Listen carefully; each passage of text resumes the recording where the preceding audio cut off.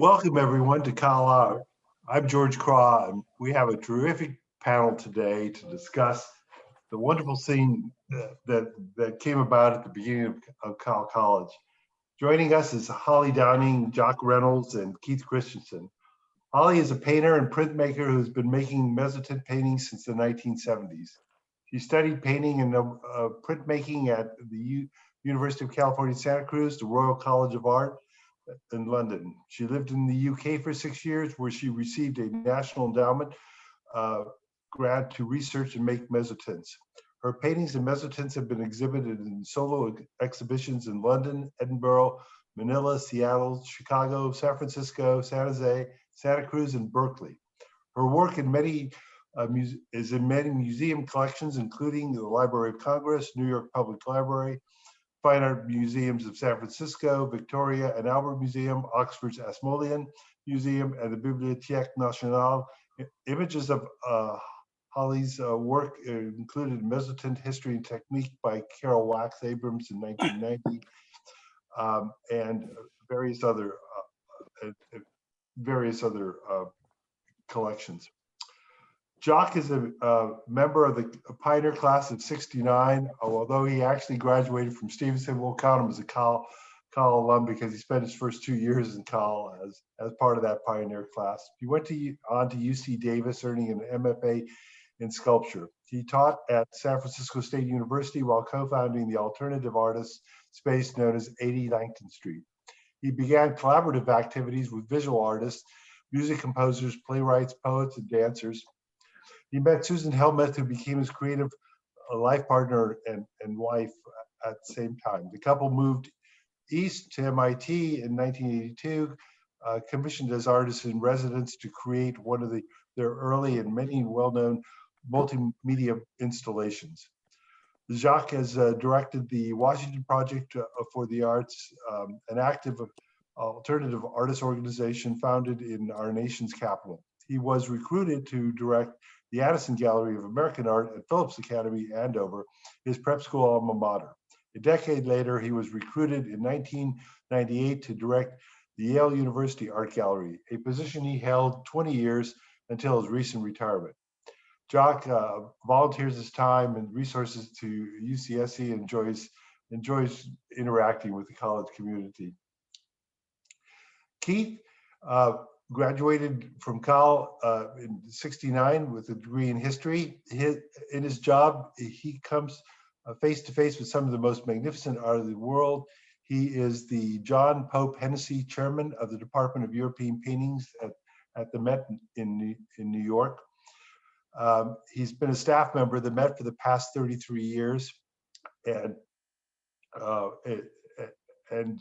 manages the world-renowned collection of old master European paintings there. This gives him a full palette of job duties, from examining paintings with infrared equipment to matching masterpiece to period frame to installing exhibitions at the Met using art from around the world and more. Christiansen not only decides what the public will see, but also what the museum will buy. He has been behind the acquisition of numerous paintings that have greatly enhanced the collection there. Among those are important works by Duccio, Pietro Lorenzetti, Romanino, the Carracci, Caravaggio, Domenichiano, Valentin de Boulogne, Corrado Giancantino, and Philippe de Campan. So I'd like to start with by asking Holly, what's your most significant memory of the whole art scene at Cowell when you got here in 1967? Well, it felt very open, kind of like a creative intellectual summer camp where you maybe worked hard, but I just was I was already interested in art and the arts, and I just felt like everything was infused with art, and everything from like the Persian carpets that were in the public spaces, and I realized later it was Eloise Smith that put those there, to all these teachers that would come through and teach for, a quarter or a year or a couple of years, one of whom was particularly influential for me, Beatrice Thompson, and they were not faculty. They were just invited because there were some funds for that. And so it was just like encouragement to like just experiment. And then there was also this enormous connection to the past, because Paige Smith was a historian. There were a couple of art history professors, Beatrice Thompson and Jasper Rose. And I just felt like the whole place was infused with the art of the past. And I, growing up in California, I'd never had that in my life. And I was just very attractive to me. So it was really magical. How about you, Jock?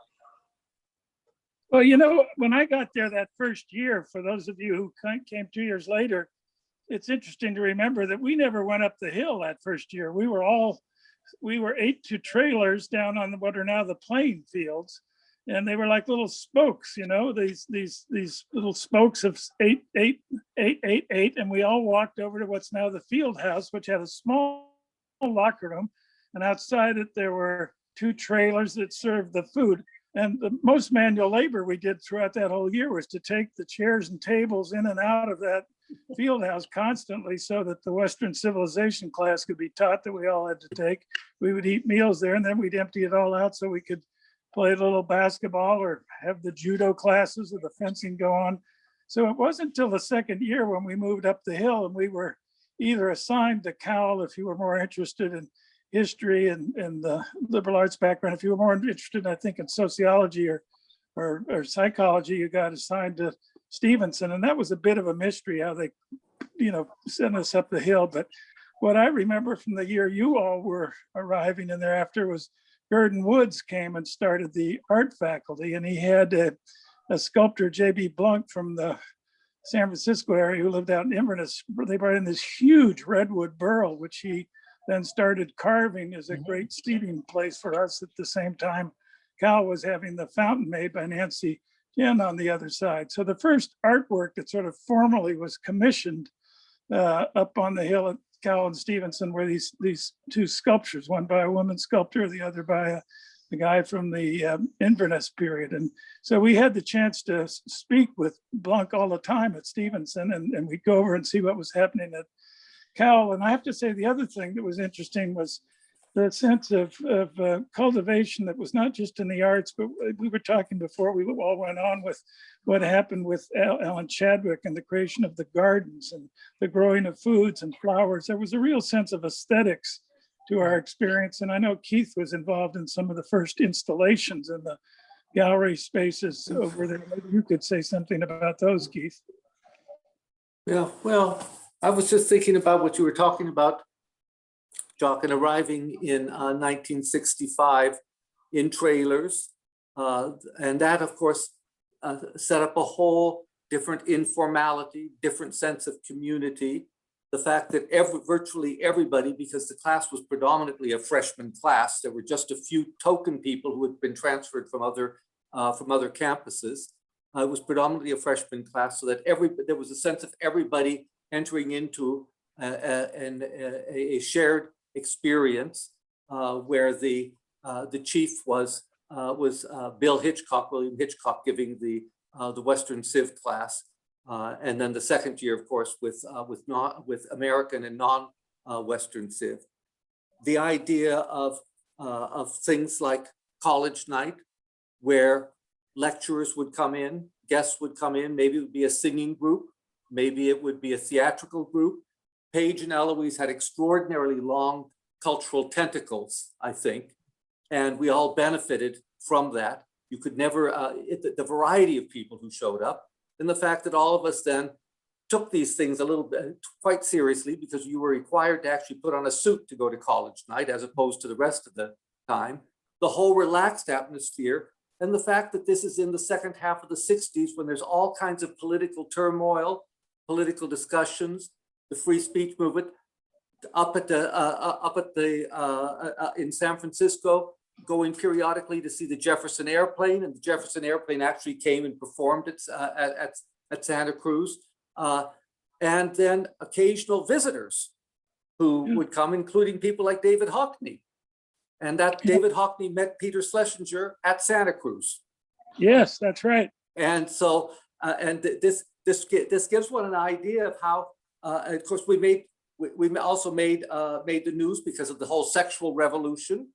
And you'll remember, Jock, that towards the end of that first year, there was a scathing report in the San Jose Bee, I think it was, about what a ghastly place this had turned into. It was all romping sexual freedom at UC Santa Cruz, and people were up in arms. It was quite extraordinary, and then presided over constantly by, I would say, a triumvirate.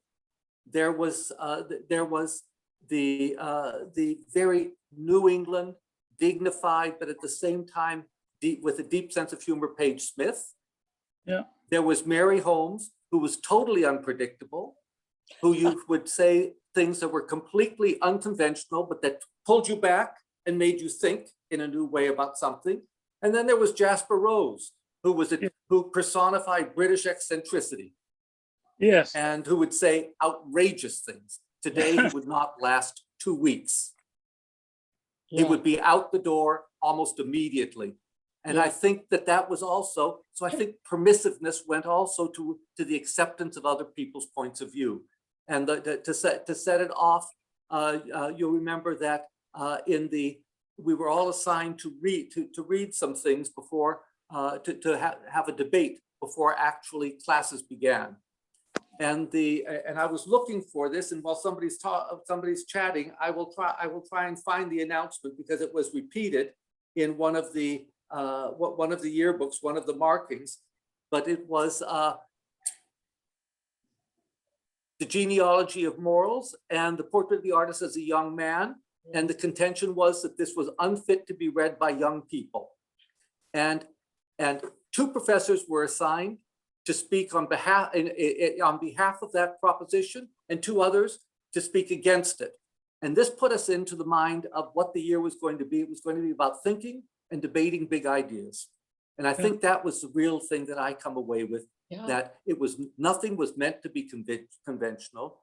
People today frequently talk about that they're tired of hearing from a particular projection of knowledge from a single point of view. This was to be just the opposite. And of course, we all broke down into discussion groups where it was a one-on-one with professors. And frequently the professors who were running the discussions in the groups, it was an adventure for them too. I remember that my discussion group was headed by Professor Michelson. He was a mathematician. He confessed to us, he said, "This is my class too. I'm learning as we go along."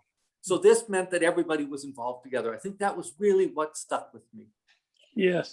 Very good point. That's very interesting. The other thing no one's brought up yet was you've talked about this wanton sexuality of the 60s. The other thing that was true was the introduction of drugs into the culture at that time. Oh, yeah.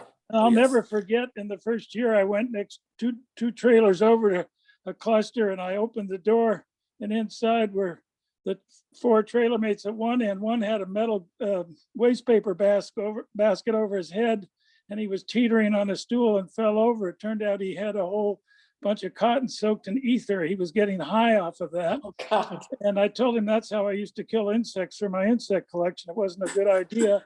And then I asked him, "Why are you staple gunning all these morning glory seed packets to the wall?" They said, "Oh, if you chew those, you get high from that too." I said, "Yeah, you might get high, but they're dipped in parathion, which is a fungicide, and it'll kill you if you keep doing this." There was a certain recklessness to behaviors at that time. Absolutely. And we have to admit that. And that was the interesting thing about the situation. We also, though, you talk about, the formal dress up, and at the end of the year, we had to take a major exam, and it was mainly essays, as I recall, Keith, to respond to this Western civilization. And if you didn't pass that, you were basically on your way out. That's and right. A third of the class did not fail. Oh, whoa. Now, See, one they thing dropped that, I think, by the time George and I were there. I don't Yes, remember. we were lucky. I do remember those essays, though, that Hitchcock had us do. I mean, the point that you were making, Keith, about the critical thinking, that is exactly right on. That is where I learned critical thinking, but also how to then organize the thinking into something coherent in the writing. And that was extremely painful for me. And I can remember staying up almost all night every time we had a paper due, because I didn't know how to, I'd never written anything in high school. So that was like major. But the other thing I was going to say, I wonder if this had any impact on the two of you, and you too, George, the redwood trees. I mean, for me, well, we started off on the campus, but there wasn't, I don't even know if there was an asphalt road to that side, but everything stopped right there. And we had trees and nature, and I'd grown up in a suburb. And so for me, that soaked in, and I was so excited. And I remember making mobiles from like pine needles and just whatever I would find, in the forest. And then later, well, in terms of people that were brought there, there was Paige Smith and Merce Cunningham. And we started all going out, and this is connected to the probably the interest in hallucinogenics, out collecting fungi. And that was the beginning of a passion of mine, was collecting fungi out there. But the nature was so different than any other campus. And a lot of it's still there. It's not as much, but a lot is still there. Yeah. Well, Holly, there were asphalt macadam paths that went to the Central Services and the Natural Science Building, and it's onto those paths that the banana slugs would come at night, because they were cold-blooded, and they would stay in the heated pad, and then they would ooze away early in the morning. And that's when I was taking Newberry's marine biology class, and we were studying nudibranchs. I asked him what these gigantic, things were, and he said those are banana slugs. So the one thing I will say about rugby is we named the rugby team the Slugs. Right. And, the other thing I do want to say is that when a lot of us came in, in 68, the notion of how we would commence, let's say, a graduation exercise. Art Torres became my roommate, who transferred in from East LA Junior College, became our Stephen Body president. Do you know who we invited to give the 68 commencement at UCSC? There were two people. Do you know who they were? No. Alfred Hitchcock and Ravi Shankar. Oh, my goodness sakes. It was incredible. And we did all this music. I was the one who went up with another friend and booked the Jefferson Airplane to play at the Coconut Grove, which you're remembering, Keith. And I remember I had to take $1,500 in cash up there, and he signed this paper, kid, they'll come, and they did come. And that's also, Holly, where Cunningham and Cage did the first big performance of their work, when they were part of that experimental year in undergraduate education. Right. And Cage led us students on a whole, he was a mushroom maniac. He led us on a whole walk up through the redwoods, collecting mushrooms, telling us all about them. And then on the same path backwards, he said, wait a minute, why are we seeing mushrooms now that we didn't see on the way up? And he used that as a way to talk about chance in his work as a composer. It was the most interesting kind of lesson from someone who was doing something he loved. And we were also noticing I don't know if you remember, there used to be a lot of the older European women would come up at certain times with baskets. So we have this, and harvest mushrooms up in the redwoods. It's very interesting. we had this tremendous collection of characters, very different. Jasper Rose, people involved in the arts, Jasper Rose, Mary Holmes. There were Jasper's Shakespeare readings.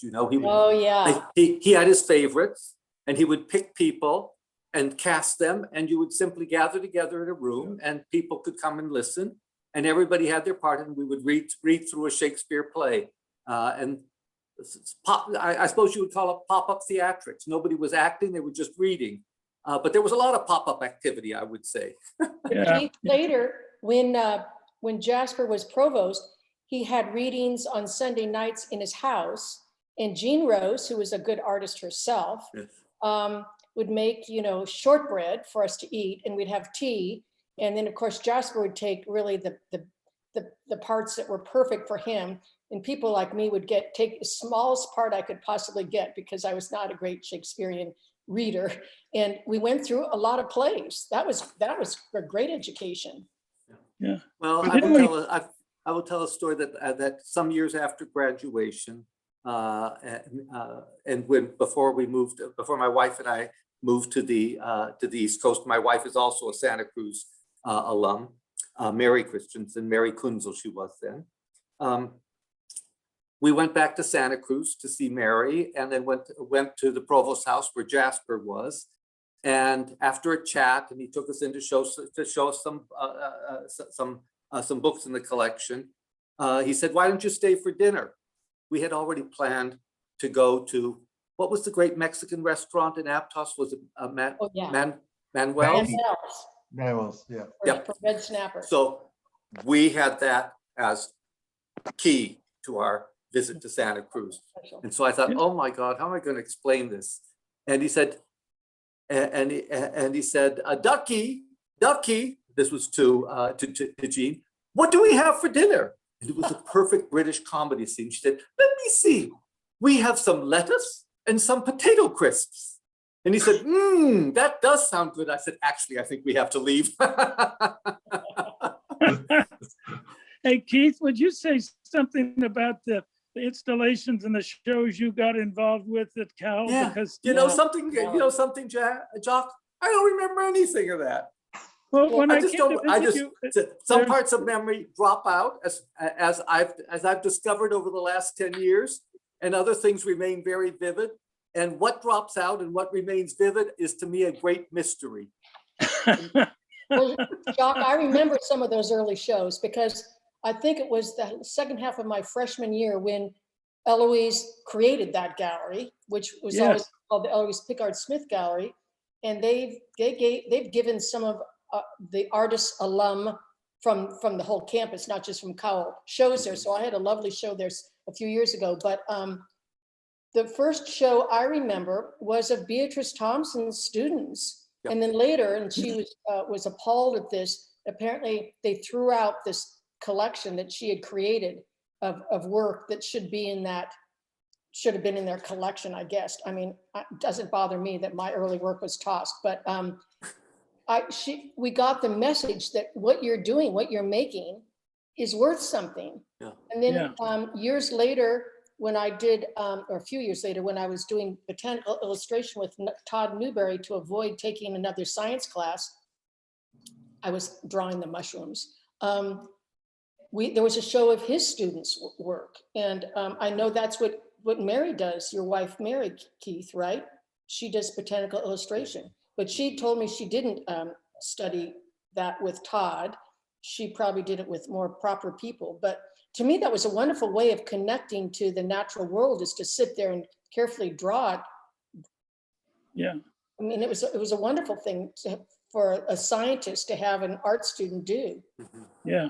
You know what also happened in the second, third year of the campus is that we were introduced for the first time in the faculty with Herman Blake, who taught us about Dafuski Island. And Gordon Woods hired Doyle Foreman, a wonderful African-American sculptor who was also very involved with language and African art. And we also, That's right. we also had Noah Purifoy that the Smiths brought up. And so, that was another thing that wasn't there that very first year. There were very few students of color, and then that started to change as time went on. And it's a wonderful change to look at how incredibly mixed the student body is in faculty now. It's very heartening. Well, I think it was Eloise who brought Noah Purifoy there. And in the slideshow on the Cowell Reunion website under Memory Lane, it shows that early faculty. Oh my God, they were so young. They all look like they're in their early 30s. And it shows Noah, it shows Beatrice Thompson, and it shows the sculpture of recycled things that all got painted black, I think, that were in the Cowell dining hall for a long, long time. And then someone took them down, which is really sad. But yeah, that was quite an interesting, diverse group. And I remember particularly when Herman Blake came, because my roommate, Mercine Sherrard at that time, was African-American. And Herman Blake just exploded her mind, which kind of expanded my mind, as he brought in consciousness of what, the African-American culture was and how they've been treated and all the things they read. And then everyone, people started changing their hairstyles to afros. And so Herman Blake was really Very important.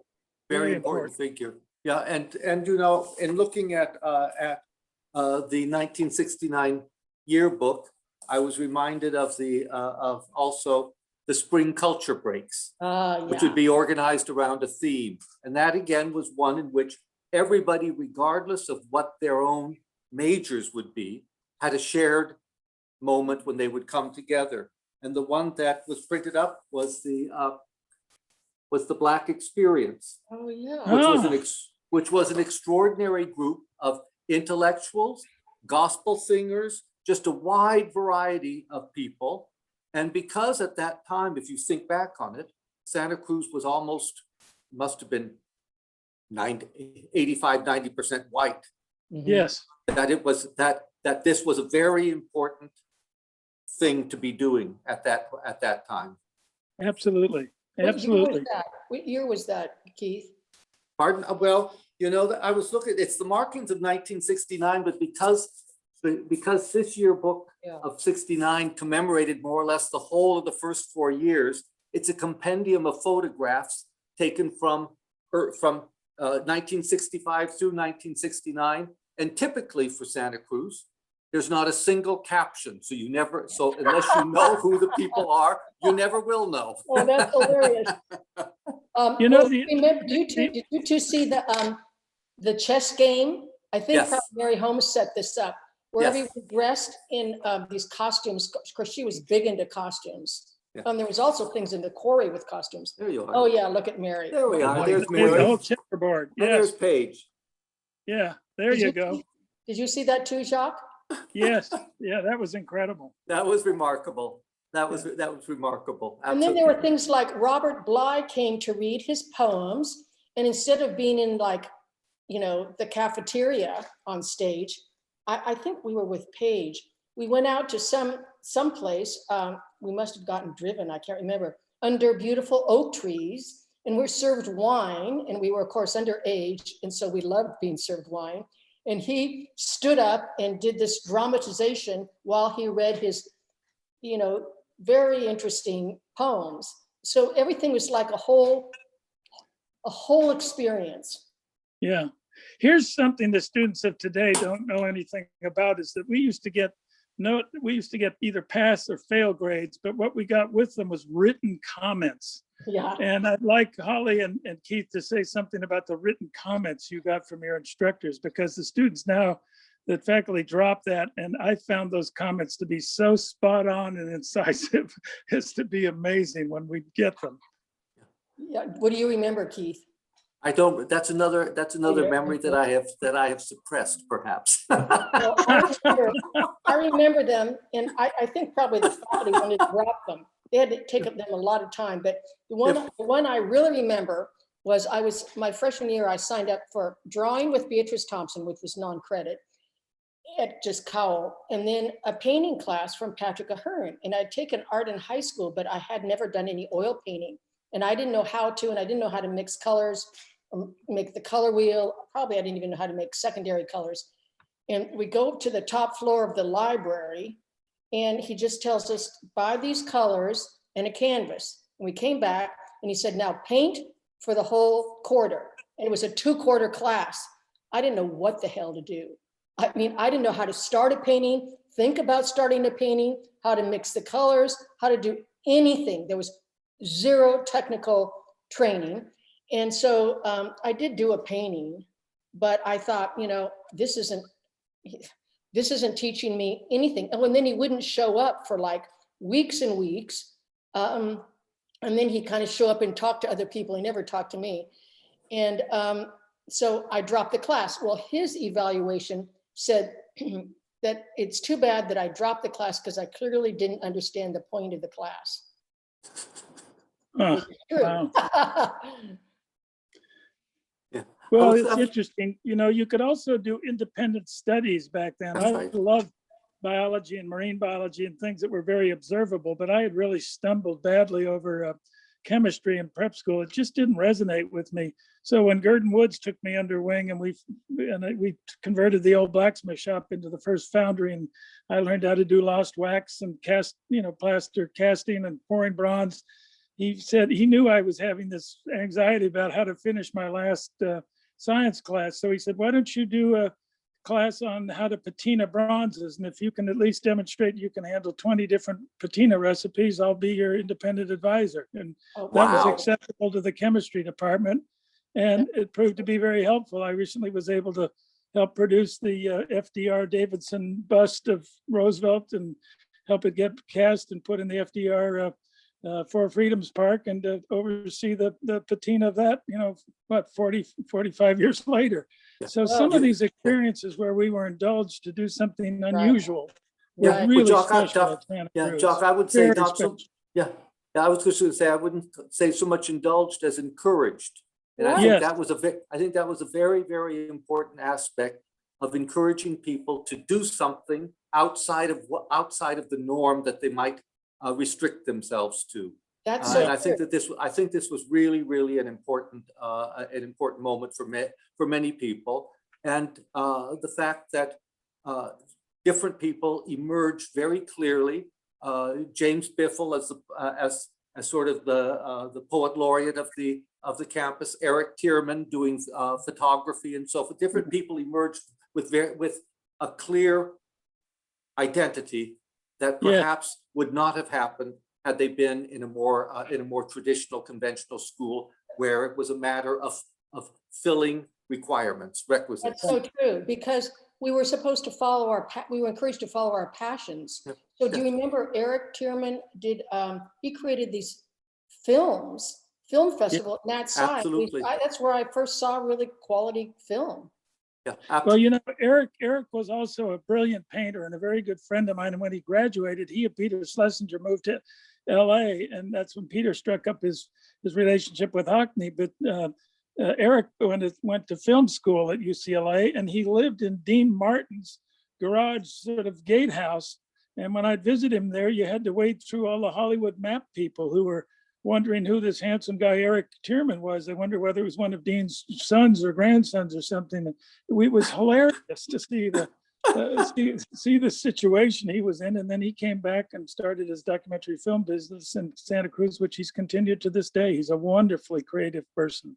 Yeah, absolutely. I would say creativity was actually at the center of everything, wouldn't you say? Right. Yes. And then Eric's sister, Anne, was in my year, and she's a two-dimensional artist. Her work's on this slideshow they have in the memory lane thing, I think, on the website, of artists, of Cowell graduates from those early years who are still making art. But as for independent studies, I was going to say I had this from being exposed by Mary and reading de Tocqueville. I realized, there's this whole consciousness and civilizations outside of the United States. I really need to understand it by leaving the United States and not going with a college program, which my mother wanted me to do, but going off to live in Paris for a year by myself and, working on my French. And so I went to my French teacher, who said, no, she was very traditional. She was French. She said, no, I couldn't get an independent study for going to France and studying French. But Mary Holmes said, oh, this is wonderful. Yes. And she gave me 3 assignments. One was to crisscross the country to visit all the great Romanesque cathedrals, which meant crisscrossing the country. Another one was studying 15th century French painting, which was the beginning of realism with blue skies instead of gold backgrounds and stuff.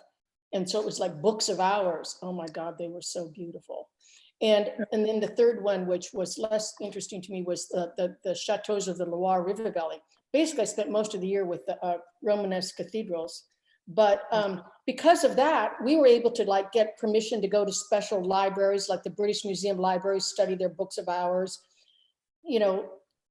It was great to have a purpose in traveling, and then also to just be footloose and fancy free at age 20 and 21 in Paris was really fun. And then to travel, we could hitchhike through, a girlfriend and I hitchhiked. I think we took a train to Rome and hitchhiked down the rest of southern Italy and then across Sicily, back through Sardinia and Corsica to Nice. And then later I I somehow got to Spain. Oh, I went on the back of someone's motorcycle to Spain. I wanted to see the running of the bulls in Pamplona. And don't you remember, I mean, Jacques, yeah, that was really something. I don't think I'd do the motorcycle thing again, or even hitchhiking. But Jacques, you must remember from your time, because you were at Bordeaux, right? I was. No, I went to the. Keith was in Keith Bordeaux. Keith was in Bordeaux. Yeah, I was so in that was Germany. influential I time was for in Germany you. during my sophomore summer. And but Yeah. Keith, you must remember how welcome Americans were. We could live cheaply, and they wanted to invite us to their houses. Did you guys ever hitchhike? Oh, I hitchhiked all over the place. Yes, Yeah. all over the place. In '67, Europe was still recovering from the war, Yeah. and there was still a sense of goodwill towards the older generation would come out and thank you for having played a part in the liberation Right. of Yes. France. And of course, Germany was divided in two, and indeed later. Well, that's another thing. But I wanted to mention also that guest professors who were, we've mentioned Rosenstock QC, but there were less eminent people who were brought in, who were important, I'm sure, to different people depending upon what their interests were. When I returned from my junior year abroad, there was a professor of medieval French literature. Well, you wouldn't expect that that basically liberal arts college would be able to have a professor of medieval literature. But I took that class and we read all of Chrétien de Troyes in the original. And it was a terrific thing. There were just a small group of us, but that did not make a difference. If the class had 5 people in it, that was still a class, and it was a privileged class. And I think that was also very important, not to, when I hear so much about colleges cutting out classes, cutting out whole departments because there are not enough young people interested, I think that's exactly the opposite of my experience. Right. The experience was if there are 2 people interested in something, they ought to be encouraged because they could be the transformers of this particular discipline later on. And I think that's part of the whole encouragement that was very much a part of the generosity of spirit that Page had and that he instilled in others. You know, I had no idea in taking poetry from Harry Berger what an eminent person he was. Yeah. And that was the other thing that I would say is that nobody held forth as an eminent person. There was an approachability, and that was quite extraordinary. Years later, I had done after I'd worked on an exhibition. This would be so I've been out of Santa Cruz for 30 years. I got a letter from Harry Berger, and I thought, oh my God, how can he even remember me? And this is so extraordinary, I think, that it typifies the kind of engagement that professors had with students. Really remarkable. Yeah. You know, the other Invite us thing, to their houses for dinner, and you had a real relationship. But you realize when you're older, college students are at a very interesting age and time in their lives, very open. And if you have some interesting things to share when you're older, a little bit older, they weren't that old, they're open to it. And so we probably help feed them too. But I love those personal relationships. you know, when I think about us traveling to Europe and having these experiences abroad, I had never been exposed to de Tocqueville or Humboldt, to the people that came from Europe and went around our country and had these insights into our politics, our natural history, our relationships with Native Americans. This has now come forth in a big way with the big Humboldt show that's at the Smithsonian right now and other things. But we were getting doses of this way back in our early college education. Yeah. Right. I think it was rather remarkable. We didn't know. Critical that Hitchcock's lectures were all, it was a whole year, a whole intense year. And for you guys, it sounded even more intense about Western civilization. And I do remember my sophomore year, we learned about American history, and Page and John DeZikas were fantastic. That's right. Page, he probably gave us all a little bit of sherry. He brought his musket. he did some hands-on demonstrations. But then I did take a course with Rich Randolph about the Middle East. and learned for the first time in my life, I heard about Bedouins. And Yeah, I think he was in Lebanon, was he not? But Yes. later, then just a few years ago with my husband and our son, we went to Morocco, and we rode on the camels, and we met children of Bedouins who were still living out in the Sahara. And it was like, Yeah. whoa, this is what Randolph was trying to teach us about. So that Yeah. was special. But I don't think there's quite enough of that.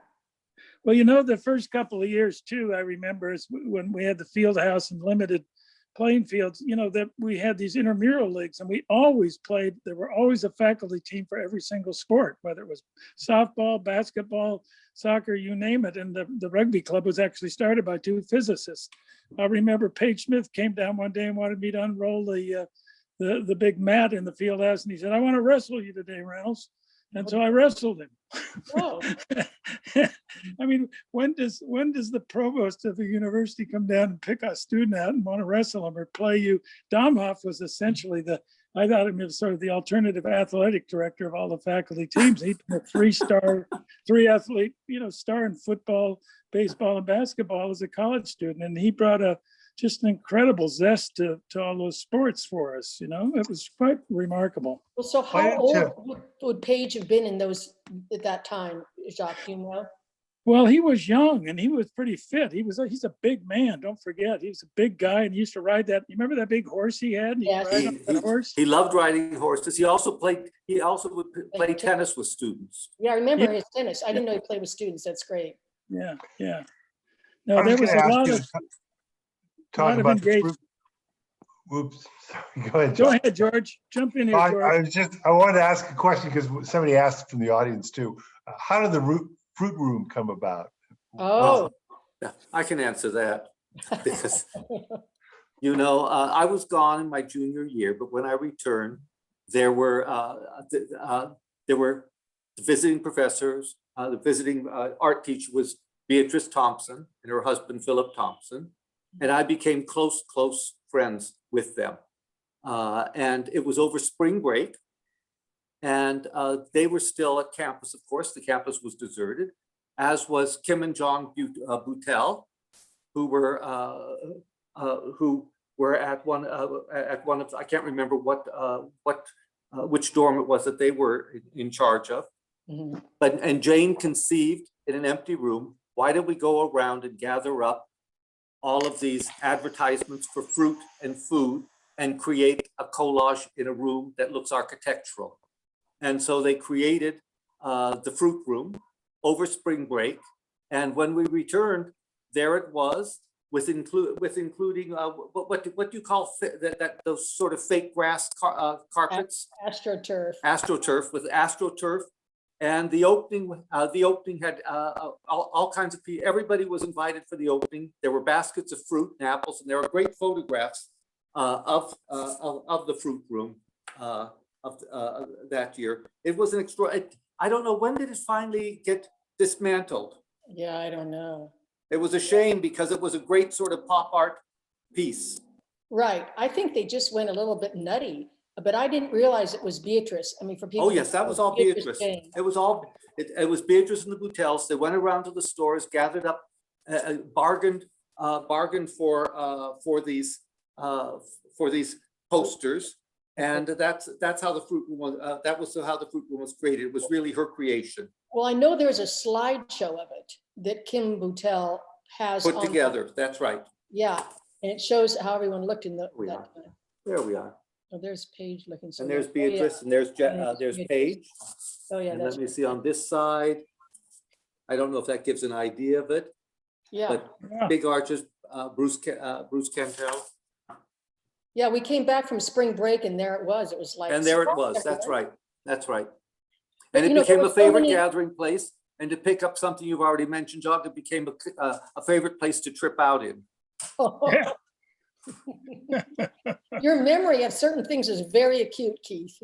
Yeah, well, I can remember my last year as well, some very bad people who had very bad trips outside in the hall, and roommates coming to nurture them through these very bad trips. There were people who self-destructed, we have to say. There were people who totally self-destructed at Santa. That's true. And it was tragic. It was Yeah. tragic to see them, exactly. Yeah. So in that sense, you know, permeable structure has its defects. And there were Yeah. those who really could not deal with the kind of total freedom that they were Right. given. Right, that's right. It's Yeah, true. yeah. And then also because people weren't watched over and there were independent studies and just these pass fails, some people just couldn't handle that a degree of freedom. They had to really be or quickly become self-motivated, Yeah, self-disciplined. it's interesting you bring that up, Holly, because a number of students I know transferred up to Berkeley because they just couldn't deal with the pass fail. They wanted grades. That's Right. And they There was a needed big, constant, yes, there was a big discussion among students as well as to whether whether they really, whether the pass-fail system would work against them if they had plans to go on to graduate school. well, yeah. Yeah. And I had a housemate my senior year whose father was a doctor, Joanna Peakey, and she wanted to go to medical school. And she was an excellent student. She'd passed everything. She'd taken a lot of science classes, and she could not get into a medical school anywhere. Her family Huh. roots were Wow. Italian, so she even tried to get into medical schools, as I remember anyway, in Italy. And it was a couple of years later, they decided that there would be exceptions of grades for the people that might need it. And of course, in art, it would have been totally pointless. I mean, that's totally pointless. But to get into medical school, you have to fit into the system at some point, and they needed those grades. So then that's good that they allowed that. Yeah. George, You know, George, I wonder if we could, George, if we could mention to people that I see in the chat section, various people have put in links to where you can view, for example, the Fruit Room, trip down memory lane with Mary Holmes and so forth. So those who haven't looked at the chat box, they might wish to look at the chat box to follow in later on. If you want to find this later on too, you can just go to the Cowell 71 reunion page. If you can't, that you can just hit just Google that. It'll take you straight to it. And then there's a link there to a walk down memory lane, and that has it has pictures of the Fruit Room. It also has a video presentation that Alice Falklands from Cowell College and some students put together that show various the art of various Cowell graduates over these. Really quite nice. Fantastic. Well, yeah, so You know, Frank, one other thing I wanted to mention is that, you know, an individual student could create a new form of culture or interest in.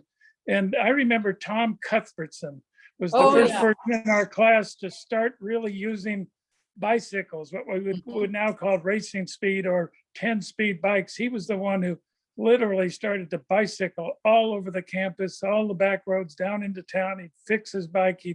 He got all of us interested in bicycles, which of course I was interested in from Davis, which was totally flat, but you had to get up and down different hills and places in the right, routes he would take. And he took a lot of us out and introduced us to what's now become a big thing, touring with bicycles. right. And he wrote a book too, one of those. Yeah. Oh, is that right? I didn't know that. Mhm. Oh yeah, yeah, he was Tom a was a big real proponent Now, very Frank- early on. Frank You know, I'm struck by the fact that all three of you went out to much more structured environments and institutions from So Santa did you, Cruz. George. And, So did you. So did George. really did much more than me. I mean, how was that? How was that transition? Yeah, but Frank Schwartz is asking that question too. What were the transitions Yeah. like? Were they difficult for you or not, Keith and Jacques? Well, I always appreciated structure anyway, so I was not one of the ones tripping out. I was not one of the ones vastly experimental, I would say, and that was also possible. You could keep on a more steady.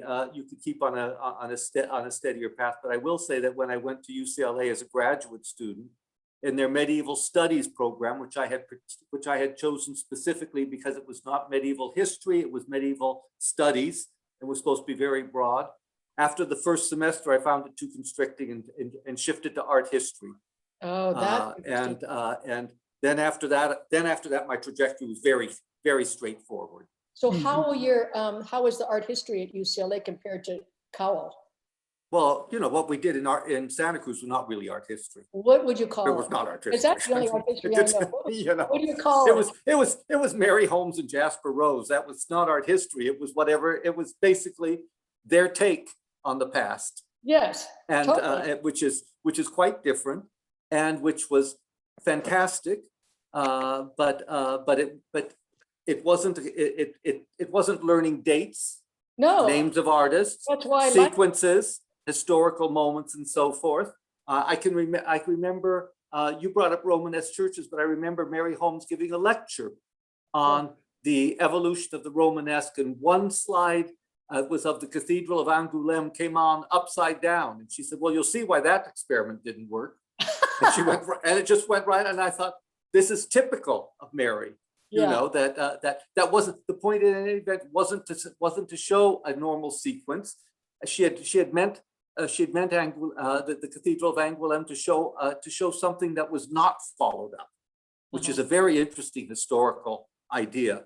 yeah, That there are experiments that are done that are not followed up, right. and then asking why they're not followed up. So that sort of, what shall we say, free floating ideas had its part. But once you go into graduate school, it's a very different scenario. Right. And you're bound, if you move on to graduate school, you're bound to have a more structured sequence. Right. Well, Well, depending what graduate school you go to, but I was going to say, I loved we didn't have to really pay too much attention to the dates. That's right. If you're not good at memorizing dates, that's great. For me, it was like a portal to worlds in history because she was so passionate and she brought it all alive. But I can see how, you know, you clearly have a good memory. You probably were able to memorize all of those sequences later on in graduate school. But for me, I didn't really need that. But when I went to graduate school, this was in London, there was absolutely zero structure. Like you, I like to create structure. I like structure and beauty and order, but I'm quite happy creating it myself. So I was fine with the lack of structure at the university, but I can see a lot of people, maybe they could do that later, but you know, when they're 18 or 19, you don't know how to do that. So let me give a little curious story that might or might not be amusing, but just having been in Santa Cruz for the first 2 years, with a total sort of back and forth dialogue with professors, with questions being asked. For example, what do you think of this? What do you think the author or artist or historian meant when they wrote this, and so on. I went to France, the University of Bordeaux, and I took actually an art history course on French Renaissance and Baroque art. The professor I later learned was a certain eminence of his own, but he stood up in front of the class and he had a baton that very much like Lully conducting the orchestra. And when he wanted the next slide, he would bang it on the ground and the next slide would come up. And it went through with very processional lectures, very formal. It was a total different experience. And when then the 1968 and the French student rebellion and so forth and the demonstrations in the street, I understood exactly what it was about as we marched with the students down the streets of Bordeaux, which was sort of an unforgettable experience because we were in the streets, people were looking out of the windows up above, and the student chant at that point was "Ouvriers avec nous, ouvriers avec nous," workers come with us. And the workers were up in their windows throwing fruit down on the students, and that gives you the whole vision. And I thought this is such an extraordinary time. And of course, 1968 was a major turning point, I think, for everybody. And it affected the campus life. It affected the kinds of points of views that people had. It was a very convulsive moment. Right. That's amazing that you were in the streets then, because I arrived a year later and the talk was all about those student and young people's marches in the street. But did you hate that art history professor at Bordeaux? Oh no, he was like, but as always happened, you start thinking this is ridiculous. And as it moves along, you understand that there's a lot to be learned. Right, right. That he had some good points. Yeah, Hmm. that's great. How about you, Jacques? And Well, you know, when I went from Santa Cruz, encouraged by Gurdon Woods to either go to this new place, Cowell Art, or to go back to Davis, my hometown, he arranged for me to have an interview, and he wisely said, you should take a year off and build your portfolio stronger, because there was not an art degree at Santa Cruz when I graduated. I graduated with a degree in psychology. Mhm. So I put together a portfolio. I got into Davis. I went there, I had a wonderful time, re-explored much of my youth there because I had been a faculty kid. I was very interested in all the animals, the vegetables, the things that had to do with growing food and life like that. I studied with William T. Wiley and Dan Snyder, two very interesting professors, one in the art department, one in the drama department. Dan Snyder was a set designer, a very famous one who worked with the Berlin Ensemble and worked with the Goon Show and things like that in London. And he and Wiley had a wicked sense of humor, and they involved me and another graduate student in these performances we did. And by the time I graduated, they asked me to stay an extra year and teach a course in lighting and set design. And so when I finally left Santa Cruz, I frankly would have had no way of knowing how I was going to make a living or have a job had they not taken my MFA show. And right after giving me a pass, they put it in the Hanson Fuller Gallery, the best gallery in San Francisco, with 3 weeks notice. Told their gallerist to move aside for this young student, that he had something special to show. And then a year later, they got me a job at San Francisco State running this interdisciplinary graduate program, where my first seminar at age 25, every one of my students was older than I was. Wow. And I'll never forget when I walked in and realized that, and told them we were going to have a bunch of creative exercises together. I said, since you can see how young I am, I'm going to do every one of these with you too. I'm going to do one so you can see if sometimes I'll make something interesting, and sometimes maybe I won't. Let's not worry about that, but let's work together. So I never planned to be a museum director. The alternative art spaces happened because living south of Market was so cheap, and we could all go down there and fix up studios and start that whole scene. And then I ran the Washington Project for the Arts, where one of my students had asked me to come show some work with my wife before he was hired to be head of art and culture at LA, Al Nodell. And I did that for 6 years, and I was going to come back to California, where my alma mater, Andover, called up and said, you've been volunteering to do these contemporary shows of young artists for us. Come up, and we think you might like being a museum director, and you could do a good job of it. Try it for a sabbatical year. So the next 30 years of my life were completely unplanned. I never knew why they thought I was qualified to be a museum director with this artist background, but it kind of worked out. Mm-hmm. That's really interesting. Well, that goes to show how being mentored well and being mentored by people with some, pardon? Yeah. Huge. The point I would make, that if I hadn't had teachers who had given me everything and more than I ever could have expected, from Gurdon Woods to Wiley Snyder and others, I don't know what I would probably, I would have had to I would have been a good carpenter, or, I could have made my living with my hands, but I was interested in teaching. Everyone in our family are teachers. So the interest in teaching, both, throughout my career and at Andover and Yale, of course, made those very rich situations too. But, what made that mentoring also strong was that they believed in you and inspired you, but also they were connected, and they used their connections to open doors for you. My experience was a bit different in that the teachers I was connected to and who mentored me, like Beatrice Thompson, but also in the art department, as the art department grew a little bit.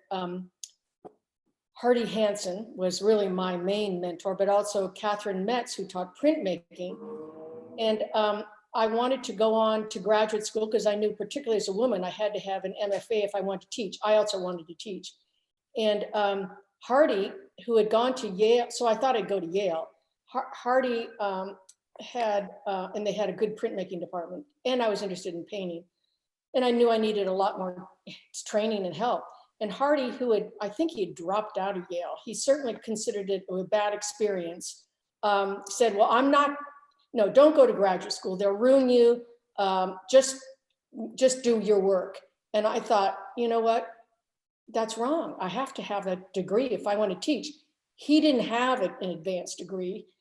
but he was a man and he got in earlier than me. So then I decided, okay, maybe I'll go back to Europe. But France, I didn't want to have to speak French all the time. So I spoke to Jasper about where to go to graduate school in England. And he gave me the absolutely wrong school. I would have been happier at the Slade, but I was at the Royal College of Art. Well, they hated me because it was extremely misogynistic at that time.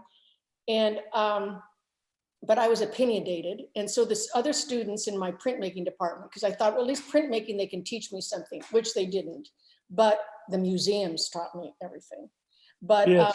The students said, look, you should be on the student council with your opinion. So they put me on the student council. So I said, look, some of these, they call them tutors and then heads of department, are good and some are not. And my printmaking department was terrible. And so I said, so why don't we do student evaluations? Because at my university in Santa Cruz, California, we do student evaluations of faculty. And if over many years, a bunch of students have bad things to say about a faculty member, that has an impact on that faculty member's security, or at least they acted like it had an impact. So everyone said, well, if you want to do it, fine, this isn't how we're used to doing things, but go ahead. So I organized all this stuff and these questionnaires that go out to all the students in every department. And it was like a week later that I learned that my department had said I couldn't return from the second year to get the degree. But that's the year I got a National Endowment for the Arts grant to study mezzotints. So I thought, oh, well, I'll do that. So I did that. But then my connections were all in London. So my Santa Cruz mentors were not well connected to the art world. They kind of didn't believe in it very much. They were into doing personal work. And then when I was in London, I made connections, but it was a different world than the world here. So I missed out on those kind of opening of doors that you got, Jock. I would have liked more of that. Yeah. Well, I wonder about Keith. Keith, did you have the same experience I had, which was after a while, I've never forgotten when I was at Andover, I really couldn't stand studying in the Oliver Wendell Holmes Library, which was just a grinding set of long tables with everyone just booking and booking and booking. And I used to go over to the Addison Gallery. There was hardly anyone there, and sit on these beautiful deco couches that Lizzie Bliss had left there. And I'd just sit and read there. But what I was really enjoying was looking at the Homers, the Hoppers, the Inneses, the incredible, the Aikens, the incredible paintings. And what I came to realize is that those things actually start talking to you. They give you something without lecturing at you 55 minutes at a time.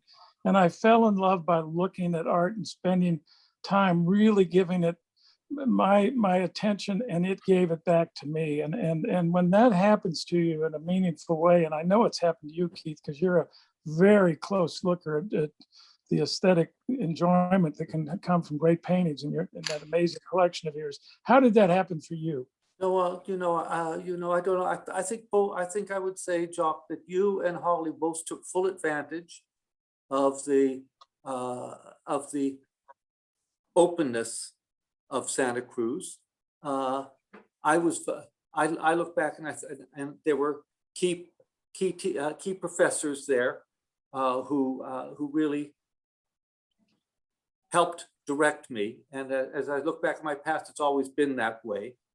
So the key event for me was my junior year abroad. Yeah. That was the key event for me. It was where I really connected with European history and started going very seriously to museums and so forth. And then looking back, then reflecting later, projecting backwards, I could see how the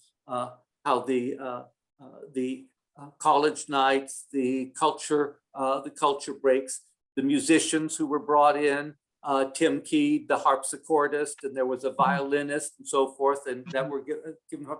We're actually sowed the seed for something that germinated later. Yeah, wonderful. Mm-hmm. Well, we're three lucky people, is all I can say. Yeah, fantastic people.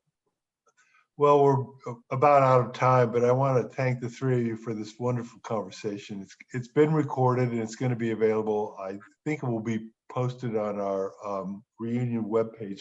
I want to mention the reunion webpage again because we have the art links there.